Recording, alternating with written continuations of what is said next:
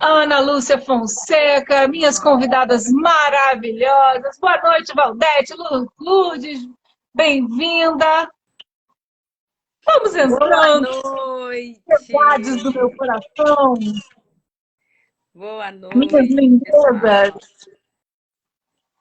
Hoje, quem me inspirou em colocar balão mágico foi a minha maravilhosa Ana Lúcia, porque estávamos, né, tete a tete, numa sessão de psicanálise, e é uma sessão de psicanálise tão louca que rola até lindo balão azul.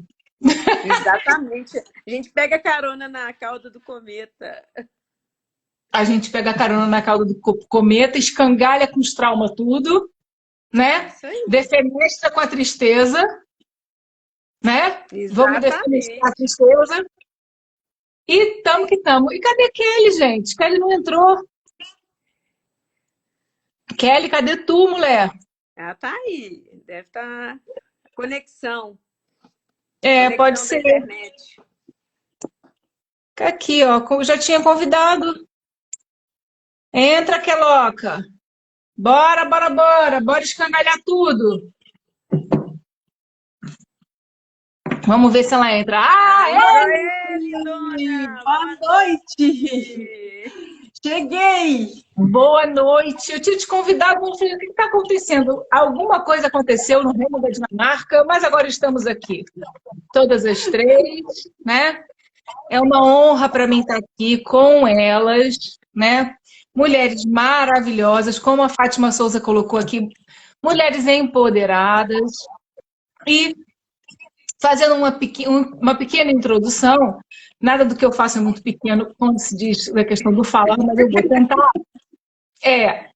Hoje nós temos essa live especial com a Ana Lúcia e com a Kelly Roslobach. Eu acho que você fala Roslobach, né? Eu que falo Ros, mas... Olosbach. É Olosbach. Por que eu falo Rolosbach? Todo mundo fala ou só Tem eu? um H, tem um H que soa como F, mas não é. É Olosbach, como se se escreve. Tá bem. Mas então, para a gente não errar mais, né? A gente fala o nome dela direitinho, porque ela merece. E qual é o propósito delas estarem aqui? A gente está, então, com um curso chamado Terapeuta Master, que é uma mentoria para terapeutas. Então, terapeutas que já estudaram, que já estão atendendo, ou alguns que ainda estão em formação, mas que querem fazer uma especialização. O Terapeuta Master é uma especialização em terapia, né? E tem alguma coisa dando eco aí, gente. Vocês estão com 2 telefones? Alguém sabe? Não. Não? Vê se melhora. Acho que não. É só quando eu falo que eu tô ouvindo. Eu vou baixar um pouco o meu aqui, de repente é o meu volume. Oi, Dione, oi, Chimuboca. As meninas ainda estão chegando. Tá dando não sei Quem se sabe eu ponho no estão... fone para ver se melhora. Deixa eu ver. Coloca o fone, eu acho que pode ser isso. Então, meninas, essa é a nossa live número 19, né? E nós temos, então, essas 2 convidadas de honra, que são nossas alunas do projeto Ressoar, que está dentro do Terapeuta Master. Esse projeto do Ressoar é um projeto que nós criamos, né? E temos a Sônia Stier e a Ellen Vasconcelos como mentoras junto comigo para assuntos específicos, uma trabalhando com medicina germânica e a outra trabalhando com mundos sutis e multidimensionais. E o Ressoar é como se fosse uma especialização dentro do Terapeuta Master, ainda mais, onde a gente está trabalhando na frequência de gerar terapeutas líderes. Gente, o que é ser um terapeuta líder? É um terapeuta que sabe gerar conteúdo, que sabe fazer uma apresentação, que sabe transmitir um conhecimento, né? Então, isso é ser um terapeuta líder. Não é ser melhor nem pior, mas apenas alguém que decide marcar uma presença no mercado, trazendo seu conhecimento, dividindo seu conhecimento para edificar, para transformar o nosso ambiente em geral. A Ana deu uma congelada, mas Ana, você está ouvindo a gente? Tô escutando. Eu estava tentando, porque eu tô com o fone, mas não está conectando. Eu estava só checando o que é. Mas eu tô vendo. Então tá. Então você está aí, tá tudo bem. O tema da nossa live hoje é quais as principais crenças impediam de fluir em se ver como terapeuta. Essa era uma das grandes dores de muitos, e acho que agora a gente já está num processo até onde muito disso já se diminuiu, né? Muitas das nossas alunas e alunos que chegaram no Terapeuta Master chegaram com essa dor. Olha, eu sou terapeuta, eu já estudei milhões de cursos, eu até atendo, mas eu ainda não sinto, eu não me apropriei disso, né? E nesse processo de não se apropriar, a gente acaba percebendo que existe todo um sistema de crenças, todo um processo também de não saber como aprender, como colocar em prática. Vocês estão ouvindo o que eu estou ouvindo? Estamos escutando, sim. Sim, tem um ruído no... Tem um ruído. Mas eu não sei o que é. Eu já coloquei o fone aqui, já baixei meu volume, mas o ruído continua. Eu vou baixar o volume do meu também aqui, deixa eu ver. Ah, então tá. Então vamos lá. Vamos fazer assim, Kelly, fecha teu microfone. Dá para você fechar o microfone enquanto eu falo? Quando você for falar assim, abre, eu acho que é o teu. Isso, fechou? Não. Não fechou? Não? Acho que sim. Não, ainda não. Parou o barulho, gente. Mexe não. Não, ninguém mexe. Parou o barulho. Tá tudo certo agora. O barulho parou. Uhul! Então tá ótimo. E aí, gente, a gente fez um trabalho muito forte dentro do Terapeuta Master, né, no módulo de introdução ainda, falando sobre sistema de crenças, trabalhando as crenças mais profundas, as crenças centrais, as crenças que a gente nem sabe que tem, que são mais ou menos um padrão, né, que existe global na humanidade. Existem crenças que são centrais e que estão ligadas à cultura, à forma da gente ver o mundo, transmitidas de pai para filho, ligadas também a tudo que a gente aprende de mídia, e hoje em dia, com o mundo cada vez mais globalizado, a gente percebe que os sistemas de crenças intrínsecos, basicamente hoje, são muito homogêneos no mundo. E principalmente quando a gente está falando de crenças limitantes. Eu trouxe, então, essas duas maravilhosas porque elas participaram de um seminário chamado Mindset, que foi uma atividade pedagógica dentro do nosso curso, onde nós dividimos o livro Mindset. Eu nunca lembro de pegar ele para mostrar, bom, mas acho que já falamos bastante do tema. Se quem tiver a mão, acho que a Ellen tem. A Ellen não, a Kelly tem ali. Isso, esse livro. Esse livro foi um objeto de estudo. Nós dividimos o livro em 8 capítulos, ele tem 8 capítulos, então foi dividido assim. As pessoas fizeram um estudo progressivo. O que eu quis mostrar para toda a turma tudo é processo. Então, qual foi o processo? Ler o livro, escolher um capítulo, resumir, fazer tópicos, dos tópicos, fazer um vídeo de até 8 minutos, fazer um resumo, do resumo fazer um vídeo de até 8 minutos, do texto, do resumo, criar tópicos para poder, então, gerar os slides e a apresentação. E foi um sucesso. O nosso mini seminário foi realmente incrível. Elas tiveram um rendimento maravilhoso. Algumas meninas já tinham mais experiência, outras não tinham nenhuma. Foi uma quebra de paradigma, foi uma quebra de crenças limitantes muito grande. E a gente viu os resultados na pele.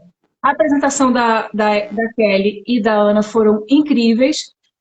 Coincidentemente, a gente trocou, a Kelly veio, era o primeiro capítulo, a gente tem aqui o capítulo introdutório e o capítulo 8, que foi o capítulo final. Então, a gente tem a introdução e a conclusão aqui, né, diante da nossa audiência nesse momento. E eu queria perguntar para vocês, meninas, a gente já falou de várias coisas relacionadas ao próprio seminário, mas eu queria, primeiro, se vocês quisessem falar como foi o seminário para vocês, mas eu acho que o mais importante dentro do estudo que nós fizemos de crenças, o que vocês conseguiram detectar, talvez, de crenças que vocês nem sabiam que tinham, que estavam limitando a sua forma de ver você no espaço terapêutico, de você se apropriando desse ser terapeuta. E eu acho que esse assunto é muito interessante porque está na cabeça de todos nós que estamos iniciando ou que estamos tentando nos firmar numa carreira. Fiquem à vontade. Quem quiser falar primeiro, pode falar. À vontade, Aninha, pode começar. Também, Kelly, pode introduzir. Tá bom, então. então. Vamos para a Kelly que vai introduzir, então. Vamos lá. Tá bom. Bom, a minha experiência com o seminário, ela foi muito importante pelo processo, né? Exatamente por aquilo que foi ensinado. Por quê? Porque uma das grandes dificuldades que a gente tem é pautar aquilo que precisa ser feito e de que forma ser feito para que se tenha um resultado satisfatório. Eu já trabalho há bastante tempo, né, com as terapias, só que uma das minhas grandes dificuldades era ordenar isso, como fazer isso. E a experiência do seminário me trouxe essa consciência, me trouxe essa capacidade de receber a tarefa, fazer o processo todo para chegar no final e me sentir segura, tranquila, para poder passar o conteúdo da forma que foi. E foi muito lindo. Por quê? Porque a gente faz o processo todo e entende que ele é preciso, que não tem como fugir. Não adianta querer tirar de uma cartola, de uma hora para outra, um assunto ou pautar alguma coisa, se não passar pelo processo. Então, sempre é um desafio. Existe a questão também da nossa insegurança enquanto valor, que valor eu tenho, né? É uma das minhas dores, a Gel sabe disso. Qual a minha capacidade de que isso fique bem feito, né? Tem aquela autocrítica, aquele julgamento, aquele chicotinho na mão que a gente, né? E o processo te mostra que não tem como ter julgamento. Tem que ir lá e fazer o processo. Se o processo for todo feito completamente conforme foi diagnosticado para ser feito, ele vai acontecer. Não tem erro. Então, esse foi um dos grandes aprendizados. E olhar a apresentação do seminário hoje, que a gente tem lá no YouTube, disponível no canal, né, do Terapia em Ação, é muito satisfatório, porque a gente está tão acostumado a ver outras pessoas a botarem a cara, né, a se exporem e trazerem conteúdos bons e trazerem coisas boas. E quando a gente olha o resultado do seminário e percebe que nós também somos capazes de atingir o mesmo patamar ou até melhor, por que não, né? Sem Sim. se sentir maior ou melhor do que ninguém, mas reconhecendo o trabalho que foi feito, é muito satisfatório. Então, o grande aprendizado para mim, dentro do projeto Ressoar, dentro do seminário, foi esse. É o processo, é o passo a passo, que precisa ser feito sim.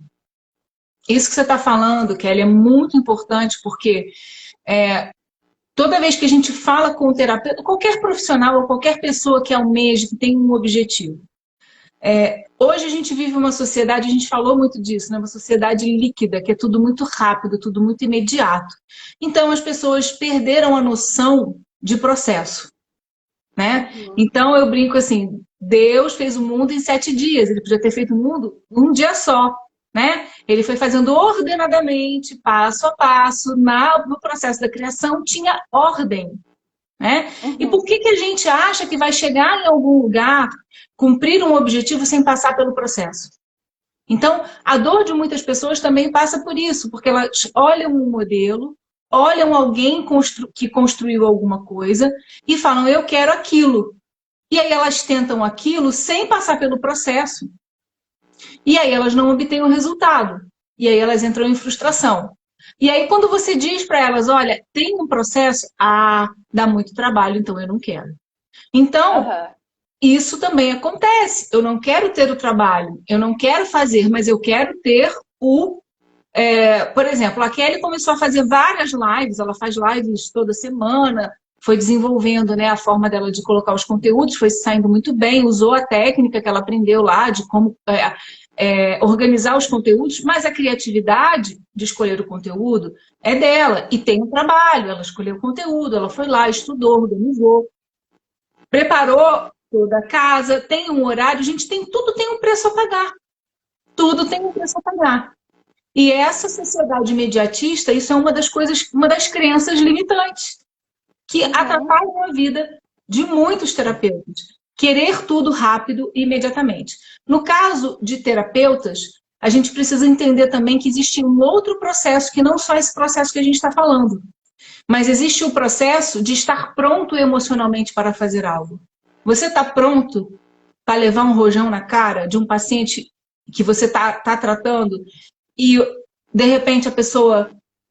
Você tem que saber, você está preparado, você fez terapia o suficiente, você estudou o suficiente, você está se colocando numa supervisão, você tem olhado para isso, e aí você já quer pegar casos dificílimos, você quer tratar, vou tratar TMN, quero tratar disso aqui, e você está preparado? Você se cuidou? Né? Então é a questão do imediatismo, de querer estar lá, né? Toda vez que você está numa projeção, toda vez que você está com um consultório cheio, o bombardeio também é muito grande. Porque quanto mais você passeia ali, né, para trabalhar, tirando um entrada do olho do outro, quantas coisas também não vêm e você precisa estar preparado. Então, isso foi uma das coisas que eu aprendi, Gel, também lá dentro que assim, ó, a crítica ela é necessária. Uhum. Porque a gente tem a crença de que a crítica ela é sempre pessoal. E ela não é. A crítica ela vem para que a gente possa melhorar o processo. Perfeito. E ouvir esta crítica de forma serena, entendendo de que ela não é pessoal, mas que ela é construtiva, que ela vai te fazer olhar para aquilo que não saiu bem feito, para que tu possas refazer melhor da próxima vez, também para mim foi um grande aprendizado. Porque a gente vive nesse mundo onde quando as pessoas criticam, a gente leva tudo para o pessoal. E eu trouxe não só em termos de aprendizado, mas eu trouxe para a minha vida, que quando eu ouço uma crítica, agora eu olho por último para prestar atenção se é para o pessoal. Porque tem vários fatores antes de chegar no pessoal.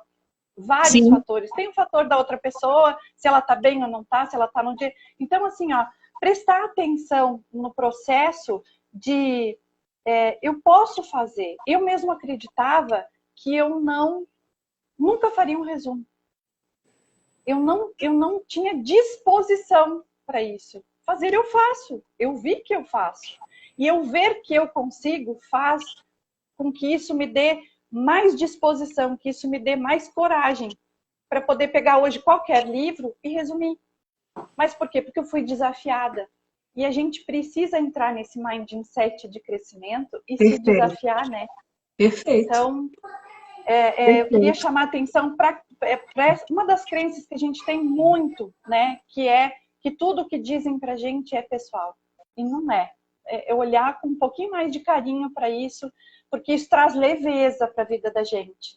Tira aquele peso, né? De já contra-atacar, de já contradizer alguma coisa para se defender. A gente não precisa se defender, a gente primeiro tem que ouvir. A crença de que eu não posso errar nunca. Então, se eu tenho a crença de que eu não posso errar, qualquer crítica que venha, ainda que a intenção seja boa, eu não vou receber como uma coisa boa. Eu vou receber como algo, um ataque. Então, isso está baseado no que você percebe sobre o que é uma crítica. Então, se eu preciso ser perfeita e tudo que eu faço tem que ser perfeito, olha o mindset fixo. Isso não existe, né?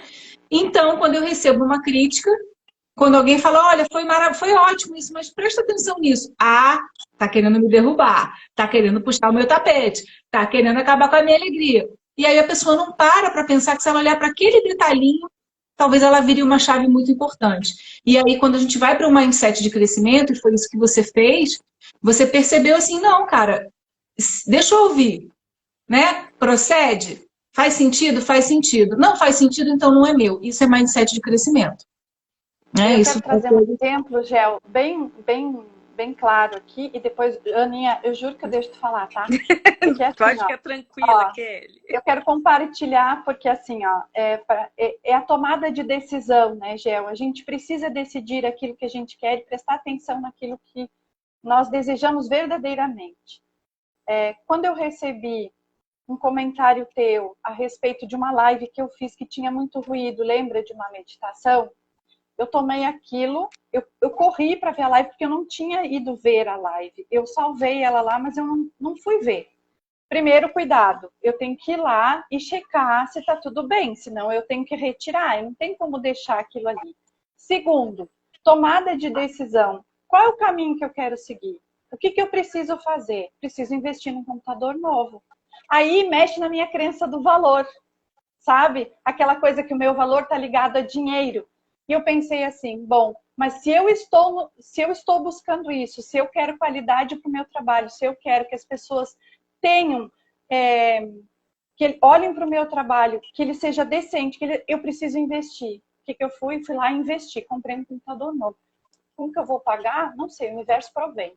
E agora eu já entendi que as coisas funcionam assim. Não adianta eu também ter a questão na mão e não tomar a decisão daquilo que precisa ser resolvido. Por quê? Porque senão eu continuo no mindset fixo. Eu podia ter ido lá, ter excluído a live, né? Simplesmente, e ter continuado a fazer no computador, que já não estava servindo mais, e continuar na mesma. Então, o que eu quero trazer isso além da gente aprender, é colocar ação.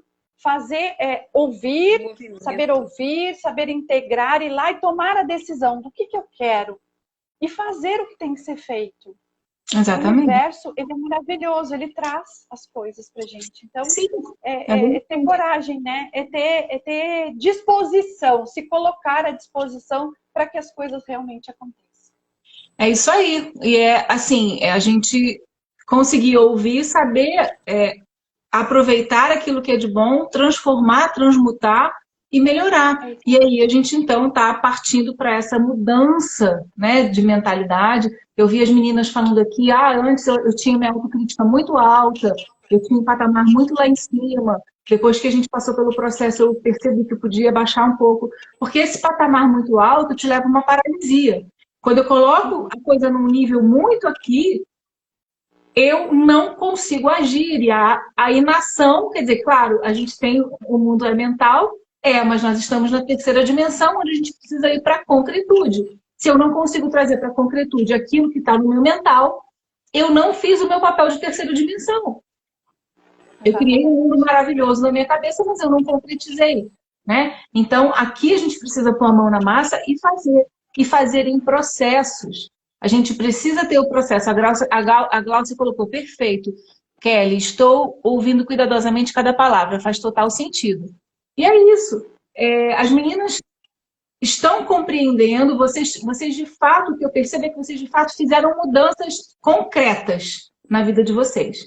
E agora eu vou chamar um pouquinho a Ana, para a Ana se colocar também. Obrigada, Kelly. A gente vai falar mais enquanto tiver tempo. Agora, vamos deixar um pouquinho a Ana. Vocês estão... É um papo delicioso, não dá nem vontade de parar. Vamos lá, minha mãe. E Kelly surfou numa onda aí que é muito isso mesmo, assim, e aí, né, puxando aí, primeiro, boa noite a todos, gente, porque é verdade. Entrou mais gente aí, eu não tinha cumprimentado todo mundo, então boa noite, para quem não me conhece, eu sou a Ana, e estou no Terapeuta Master, né, sou comunicóloga, sou relações públicas e jornalista, e me aventurei aí, só fazer uma breve introdução para quem não me conhece. Eu, resolvi me enfronhar no mundo da terapia, porque a psicologia também sempre me chamou muito, foi um chamado que eu tive lá atrás, mas acabei seguindo a comunicação. E aí, nessa aventura do mindset, né, entrando nisso aí, assim, e o meu capítulo foi o capítulo 8, né, a mudança de mindset, que é um pouco isso tudo que Kelly abordou tão lindamente aí, porque acho que pegando uma palavrinha, assim, não é nem o ponto, mas é um ponto essencial que ela falou e que é a questão da crítica, gente. E nós vivemos numa sociedade que não sabe conviver com a crítica, né? Não sabe porque às vezes pesa a mão ou porque às vezes, né, a gente não, pela vaidade né, e pela questão assim, né, me atingiu. Né? Então, acho que a crítica ela tem esses dois pesos. Ou a gente pesa a mão demais, né? Mas mesmo quando ela tem um peso, se a gente consegue jogar a luz do que esse livro traz para a gente, da gente ver as nossas crenças, da gente ver os nossos valores, isso facilita para a gente perceber, e mesmo que a crítica seja pesada, a gente sabe separar o que está pesado e o que pode, né? O que pode mudar. Falando desse capítulo, que foi o capítulo 8, a mudança de mindset, acho que para mim, assim, ele foi emblemático mesmo, como o livro todo, né? Mas a mudança é isso, quando você chega ali, assim, gente, é possível, eu tenho mindset fixo, eu tenho mindset de crescimento, eu percebi, eu tenho os dois, né? A gente tem os dois, a gente cultiva os dois, para algumas coisas a gente tem um mindset fixo, aquela questão de julgar, de se julgar, principalmente de se julgar, né? E aí fica. Mas quando você coloca a luz, quando você começa a perceber que é isso tudo que o autoconhecimento tem trazido para a gente, seja no autoconhecimento, seja as sessões de psicanálise ou terapias, né? Todos os tratamentos possíveis, a gente consegue visualizar. E isso que o livro trouxe, né? Ele traz essas coisas todas que a gente vivencia no dia a dia da gente, de uma sociedade que está estruturada em padrões, né? E que a gente tem muito, aí a gente vê o tanto que a gente está amarrado a esses padrões, né? E que nos levam e que bom que quando a gente consegue perceber, às vezes a gente já está no processo terapêutico, né? Para ajudar a gente a equilibrar, ou através de uma leitura, de um trabalho como esse, para ajudar a gente a se desenvolver. Agora, uma coisa assim que me marcou muito nessa questão do livro, que eu falei, acho que no dia da apresentação, é que como no processo de educação, né, que a gente vive, na estrutura que a gente tem de educação, permite muito isso também, né? É claro que a gente tem, até falei isso com o Gel hoje na nossa sessão, assim, claro que a gente tem pessoas fantásticas fazendo um trabalho assim, sensacionais, estudos, né? Pessoas que se movem, mas a gente precisa trazer isso para a nossa estrutura educacional, porque a estrutura que a gente tem, ela favorece, isso foi muito marcante para mim no livro, favorece muito o mindset fixo, né? Porque isso foi uma outra avaliação, eu fico arrepiada assim, de pensar, porque quando no capítulo que fala sobre a educação, que a Shirley conduziu com brilho lá também, todos os nossos colegas foram brilhantes. Sim, mas sim, na questão da educação, acho que, né, na questão que me pega muito, né, como mãe de 3 filhas, a gente vê assim, quando traz aquela história, gente, a gente tem que ver como é que a gente elogia o filho da gente, ou o aluno, né? Porque já não como você é inteligente, sabe? Assim, eu me considero uma pessoa, entre aspas, até espertinha, gente. Eu nunca tinha parado para pensar isso sobre elogiar o esforço da pessoa. Porque aí a gente cai naquela palavra que a Kelly trouxe, que é o processo. É não inteligente. Eu sempre falo, e vocês, acho que vocês já viram, eu sempre falo, você é capaz. Exato. Capacidade é uma coisa, inteligência é outra. Todos nós somos inteligentes e temos tipos diversos de inteligência. Inteligência musical, inteligência matemática, inteligência emocional. Agora, capacidade de fazer é isso, né? Então, inteligência não tem nada a ver. Eu posso ser muito inteligente e não estar a fim de me colocar num processo de ser capaz de me pôr em movimento. É a capacidade de ir lá e realizar, né? Glaucia falou, infelizmente, a estrutura educacional é exatamente uma fábrica de coxinhas, como fala a Gel. É uma criação, a gente ainda vive um processo ainda muito baseado na educação, que surgiu depois da Revolução Industrial, né? Com esse foco em gerar trabalhadores. Então, a gente falou disso hoje que a gente estava conversando, né? Você vai para uma universidade, para uma faculdade de administração, e lá eles ensinam você a administrar um negócio do outro.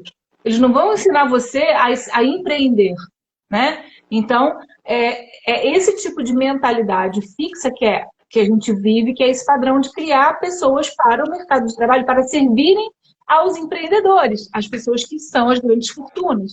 Sendo que essa questão de sucesso, fortuna, realização, essa capacidade tem dentro de todos os seres humanos. É você colocar a mão e realizar, né? Então, é mais ou menos isso. Mas dentro de um sistema de crenças, o que você acha? Que a gente estava falando claro, o mindset fixo ou de crescimento está baseado em sistema de crenças. Ponto. É fato.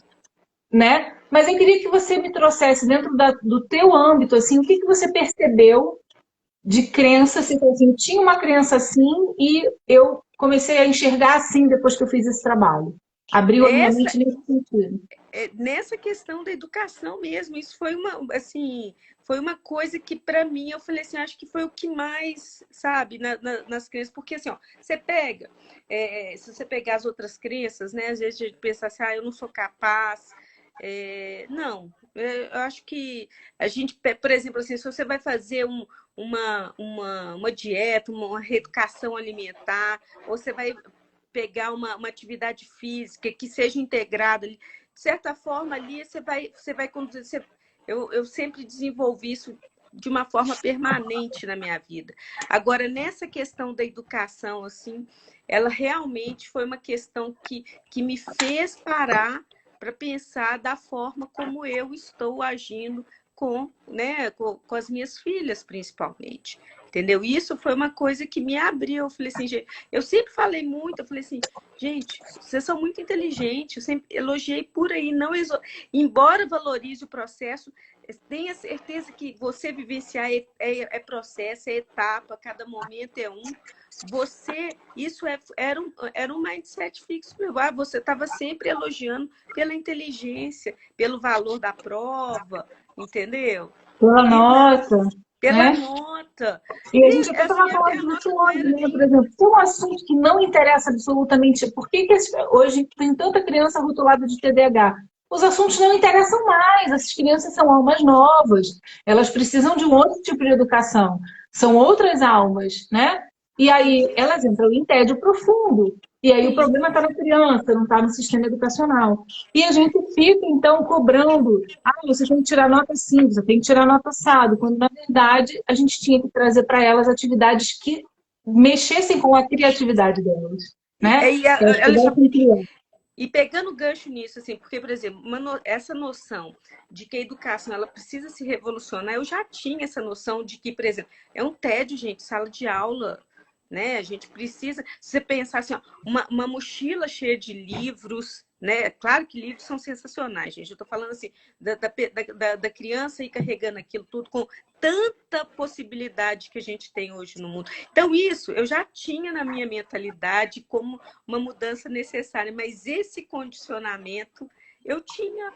Entendeu? Esse condicionamento de não, embora valorize o processo, eu não visualizava isso com elas. Olha como a crença, né? A gente insere ela na vida da gente, por mais, né, que você tente buscar a conhecer as coisas, como é que isso tá entranhado. Até porque a escola é um mercado, é um comércio, né? Você vende a maior parte das escolas, né? Aqui é claro, a gente tem escolas públicas, né? Mas assim, o que a gente tem estabelecido é a escola como comércio mesmo, que atende ao mercado.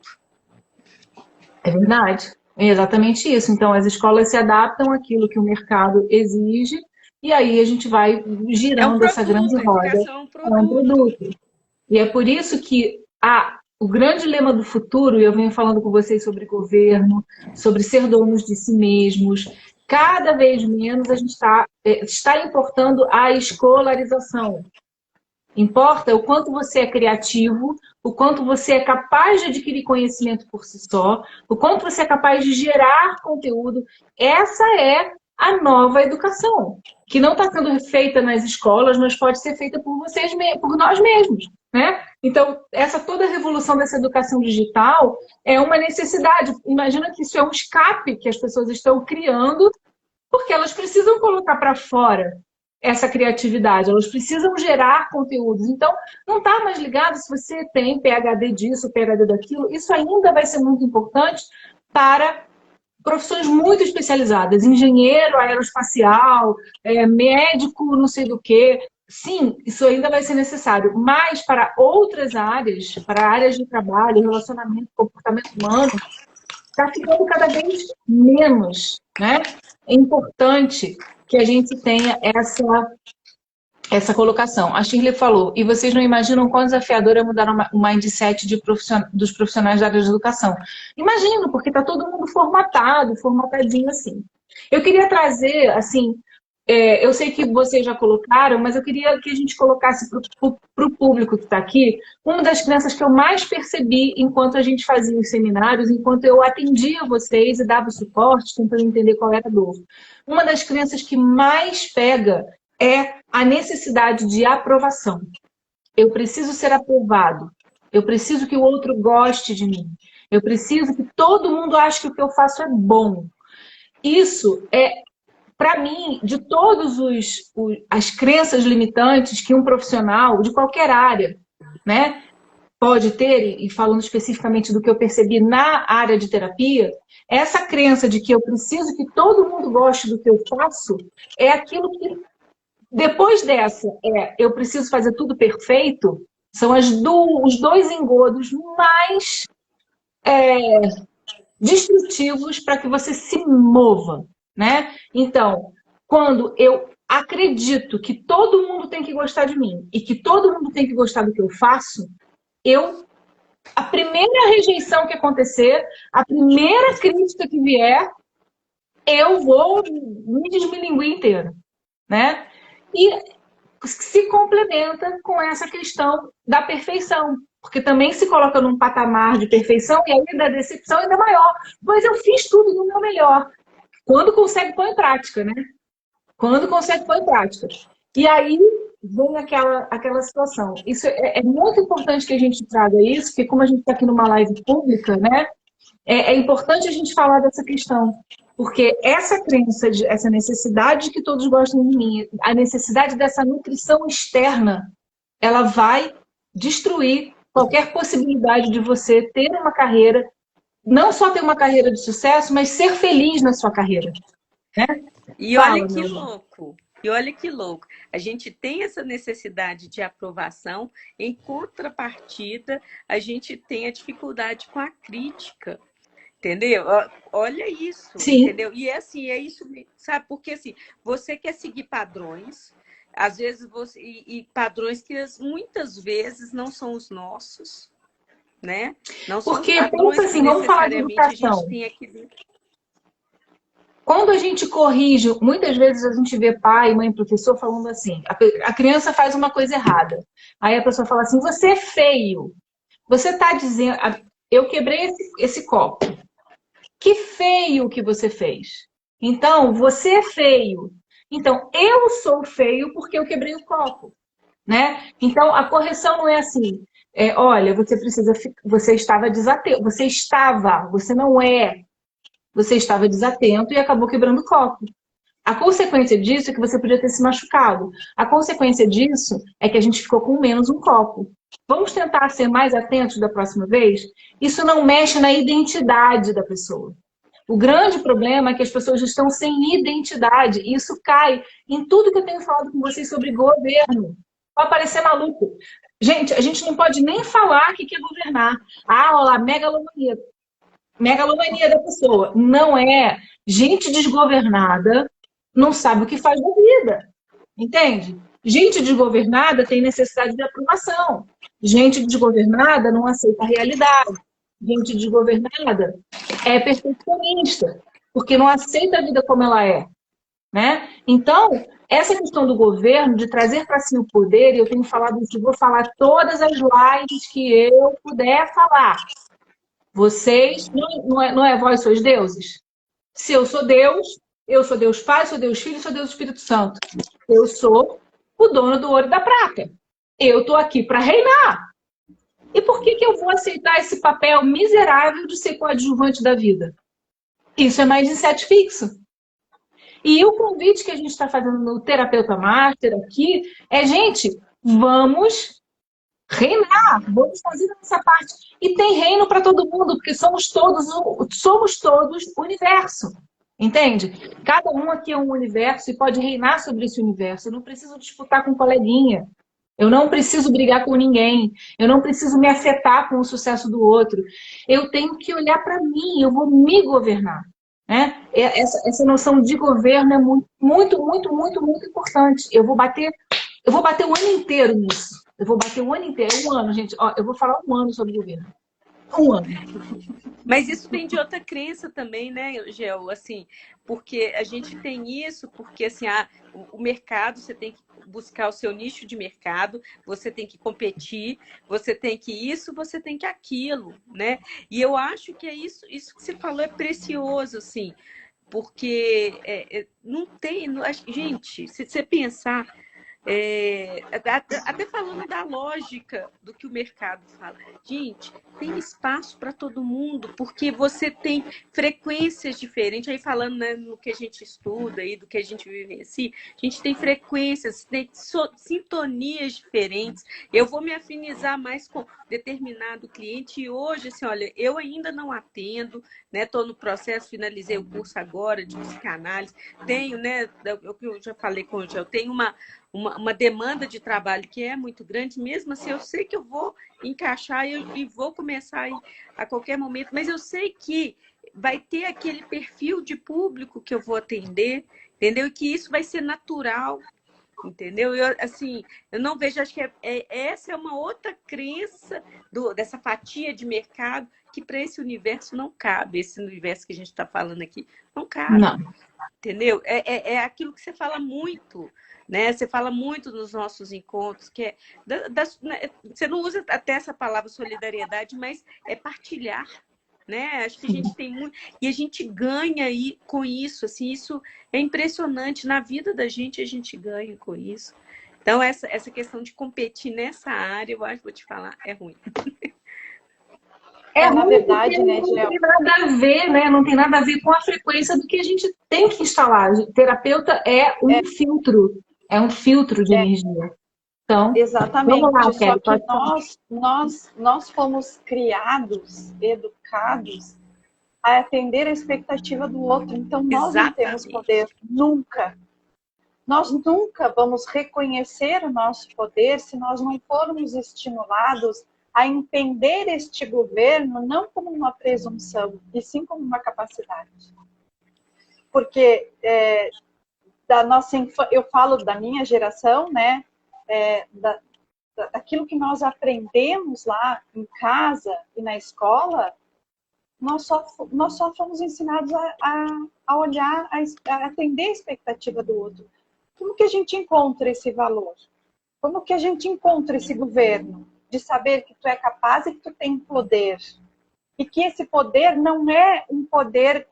Qual é o sentido da palavra poder que se aprende? Que quem tem poder não presta, que quem tem poder é autoritário, que quem tem poder que manda, né? Então, é de lá que vem. Aí a gente entra no curso do Terapeuta Master e a gente entende o que é poder. E aí a gente vem e bota a cara. E vai pra frente. E é engraçado, porque assim, tenho várias alunas que chegam para mim e falam assim, eu te achava arrogante, mas eu fiquei curiosa e vim. Aí eu falei, sério? E aí eu entendo, porque arrogar é isso. Eu não preciso me recolher, né? E fingir que eu não sou o que eu não sou, eu não tenho que esconder, eu não tenho que jogar a minha potência na tua cara. Mas por que eu vou também me colocar menos potente? Exatamente. Só para não ofender a impotência do outro, né? Então, quando a pessoa percebe isso, ela fala assim, peraí, não, ela está dividindo com a gente, ela está estimulando a gente a fazer isso também. Então, peraí, não é tanta arrogância, talvez seja só uma pessoa que entendeu esse processo. Eu não tenho o menor problema em dizer que eu sou foda. Mas também não tenho o menor problema em dizer, e vocês já viram várias vezes, em dizer assim, fulana faz isso melhor que eu. Né? A Ellen é melhor do que eu nisso. A Sônia é melhor que eu nisso. Poxa, se não fosse a Sônia Cook, a gente não tinha um flyer tão bonito. Eu posso querer ser bom em tudo. Mas naquilo que eu sou boa pra cacete. Isso não é isso. É isso. Só que as nossas maiores dores estão no quê? Nós só aprendemos a polaridade negativa das palavras. Nunca foi nos ensinado a positiva. Né? Em função dos mindsets fixos que os nossos pais receberam. E tá tudo bem. Isso, por isso nós estamos nessa caminhada. Cultural. Isso vem há mais de 4.000 anos. Na nossa aula de quarta-feira, nós vamos estudar sobre isso. Doida pela aula de quarta. Entender essas frequências, o que é o orgulho, né? Quando ele está sendo bem usado, quais são, quando eu estou usando mal o meu orgulho, quais são as frequências opostas que eu posso usar para neutralizar isso, sem que eu tenha medo do orgulho, sem que eu tenha medo da gula. A gula bem usada vai me ajudar a produzir, a fazer e acontecer, não necessariamente comer, né? Então, a gente vai ter que olhar para isso, a gente já aprendeu isso com maestria, tem, né, todo mundo aqui, muita gente aqui fez o terapeuta master, o manoterapeuta, e a Andresa Molina fala muito bem sobre isso, né? E a gente vai aprofundar um pouquinho mais, a gente vai fazer um mergulho um pouquinho mais a fundo, porque eu acho que isso é um arquétipo hermético. Essa sabedoria vem lá de trás e foi deturpado pela Igreja Católica no sentido de dar o quê? De tirar o controle. Olha, você não pode fazer isso porque isso é avareza, você não pode fazer isso porque isso é gula, você não pode fazer... Então, tudo é pecado, tudo é ruim. E não é bem aí. Assim, é uma frequência que a gente precisa saber usar, né? Fátima, vocês são fodásticas. Nós somos, né? Somos, e cada um de nós, né? Fátima abriu uma chave, né? Uhum. Fátima encontrou o cedro do poder. Fátima, o desbloqueio que ela passou, né? Assim, de uma pessoa, de uma das mais para apresentar o seminário, de repente ela vai, passa todo o processo, como a gente falou, Deus construiu o mundo em 7 dias. Deus é Deus, podia ter feito assim, ó, o mundo está pronto. Bicho, mato, homem, mulher, planta, comida, tudo. Mas ele fez em 7 dias. Ele curtiu o processo. Vai lá em Gênesis 1 e vê como ele fez. No primeiro dia ele fez a aurora. No segundo dia ele fez a... Ele foi curtindo o processo. Deus é um Deus de processo. O teu Criador te criou num processo e tu tá querendo comer fubá antes do bolo assar. Né? Então não dá conta. Não dá conta. É processo. Passando dia após dia, entendendo, amadurecendo, se governando. E isso foi muito legal no processo do seminário, né? Porque isso foi uma das riquezas, assim, acho que eu comentei isso no dia da apresentação. Ver cada um